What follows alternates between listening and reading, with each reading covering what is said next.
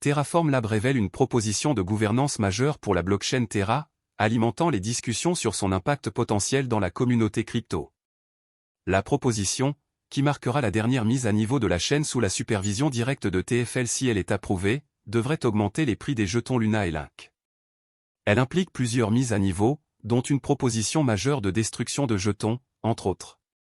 Il convient de noter qu'au moment de la rédaction de cet article, la majorité des votes ont été exprimés en faveur de la proposition, sans vote pour un « non » ou un « non avec veto ». La proposition de gouvernance de TFL, connue sous le nom de proposition 4818, a débuté le 22 août et le vote se terminera le 29 août. Elle vise à mettre à niveau le réseau principal de Terra vers la version 2.12.4.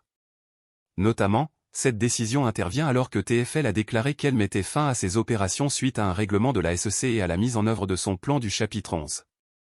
Cette mise à niveau, si elle est approuvée, marquera le développement final de TFL. En d'autres termes, la TFL ne prendra plus en charge les futures mises à jour de la chaîne, et l'avenir de la blockchain sera laissé entre les mains d'initiatives communautaires comme la directive Phoenix. Parallèlement, l'un des aspects majeurs de cette mise à niveau est l'application d'un taux de commission minimum de 5% pour les validateurs. Cela fait suite à une décision de gouvernance antérieure dans le cadre de la proposition 4803, qui a établi le taux de commission minimum mondial.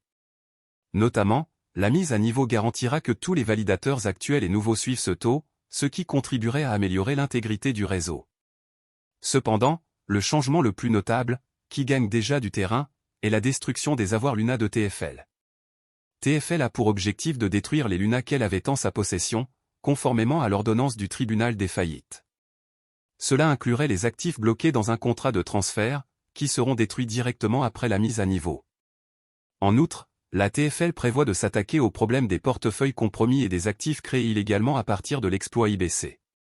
Cela permettra de garantir que les actifs sont définitivement retirés de la circulation, ce qui reflète une étape vers la sécurité et la transparence des utilisateurs. Parallèlement, la suppression de la fonctionnalité de liste noire est un autre changement important avec la mise à niveau. Elle a été initialement mise en œuvre pour empêcher de nouveaux retraits par les attaquants de l'IBC. Terra est une plateforme de paiement blockchain open source pour un stablecoin algorithmique, qui est une crypto-monnaie qui suit automatiquement le prix des devises ou d'autres actifs.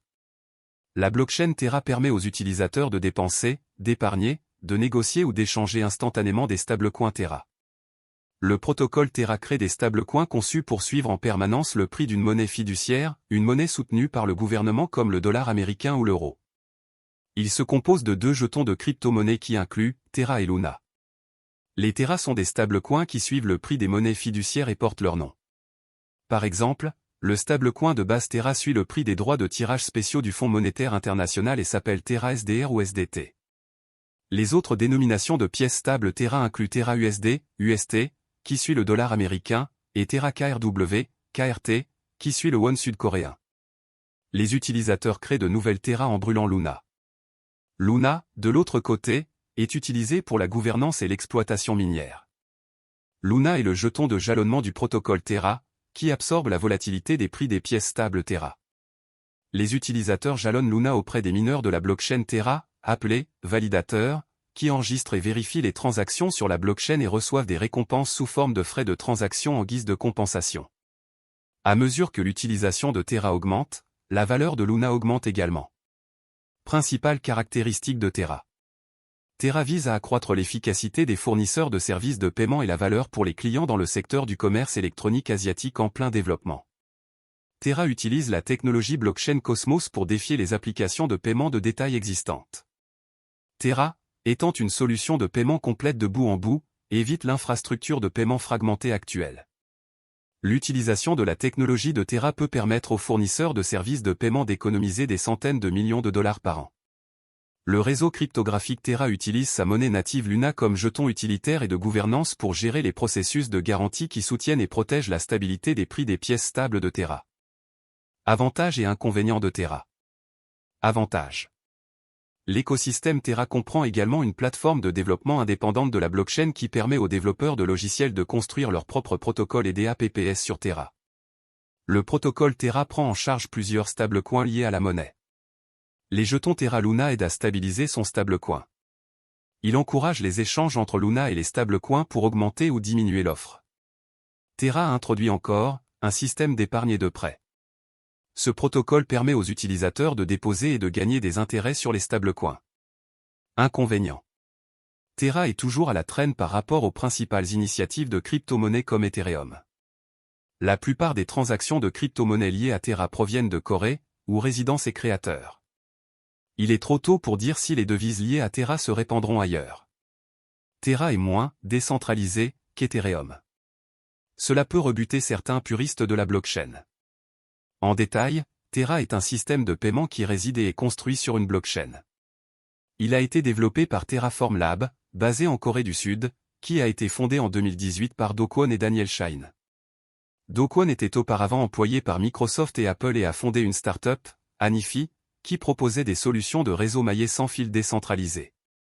Shine est le fondateur et PDG de la société asiatique de technologie de paiement Shay, partenaire de Terra, et a été cofondateur de la société coréenne de commerce électronique Tmon, également connue sous le nom de Ticket Monster.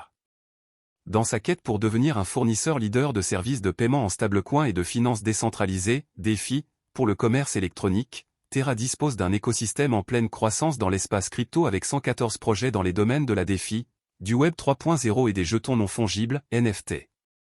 Certains de ces projets incluent Encore Protocol, une plateforme à rendement fixe avec des rendements d'emprunt et un accès sans friction. Shay, une application de paiement avec plus de 2 millions d'utilisateurs en Corée du Sud. Terra, une plateforme de loterie décentralisée construite sur la blockchain Terra. Mirror Protocol permet la création d'actifs fongibles ou synthétiques qui suivent les prix des actifs du monde réel.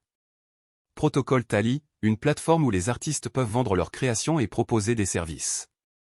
Protocol Vega, une plateforme de frappe et de négociation de produits dérivés. Étant donné que la valeur principale des pièces stables provient de la stabilité du prix fixé, contournant théoriquement la volatilité typique des crypto-monnaies, le protocole Terra tente de maintenir le prix du stablecoin Terra en garantissant que l'offre et la demande sont toujours équilibrées en utilisant l'arbitrage. Luna est le contrepoids variable du stablecoin Terra et absorbe sa volatilité. Pour comprendre le fonctionnement de Terra, imaginez que l'ensemble de l'économie Terra se compose d'un pool Terra et d'un pool Luna, qui sont utilisés pour ajuster le prix via des incitations pour les participants du réseau. Malgré le crash qui s'est produit l'année dernière, les développeurs travaillent toujours sans relâche sous le projet pour s'assurer que tout reste en ordre. Il y a quelques semaines, un article de presse est arrivé sur CoinGap disant que les développeurs de Terra Luna Classic ont soumis une proposition clé pour introduire et stimuler les produits dérivés de jalonnement liquide. Selon la proposition, les développeurs cherchent à modifier les messages d'hôtes de compte interchaîne autorisés pour apporter le support Quicksilver, un protocole de jalonnement liquide interchaîne pour l'écosystème Cosmos. Cela permet à la chaîne Quicksilver de créer et de contrôler de manière transparente des comptes sur la chaîne Terra Luna Classic et d'exécuter les messages autorisés. Il permettra également le jalonnement interchaîne sur tous les validateurs, ainsi que de maximiser la liquidité et l'efficacité du capital en améliorant la sécurité et la décentralisation du réseau. De plus, il supprime l'exigence d'attente de la période de non-liaison avant qu'un détenteur de position ne puisse vendre ses actifs mis en jeu. En voyant cela, vous devez savoir que les développeurs de Terra Luna travaillent toujours à l'amélioration du projet. Cela signifie qu'aucun espoir n'est encore perdu avec Terra Luna, je crois que tout ira bien bientôt. Je pense également que vous pouvez devenir riche grâce à l'investissement de Terra Luna. Mais tout dépend du montant que vous investissez dans Terra Luna Classic, de ce que vous attendez du marché et de la durée pendant laquelle vous êtes prêt à le conserver. Link est le jeton natif de Terra Luna. Ce sera la fin de la vidéo. N'oubliez pas d'aimer, de partager, de vous abonner et d'investir judicieusement, merci.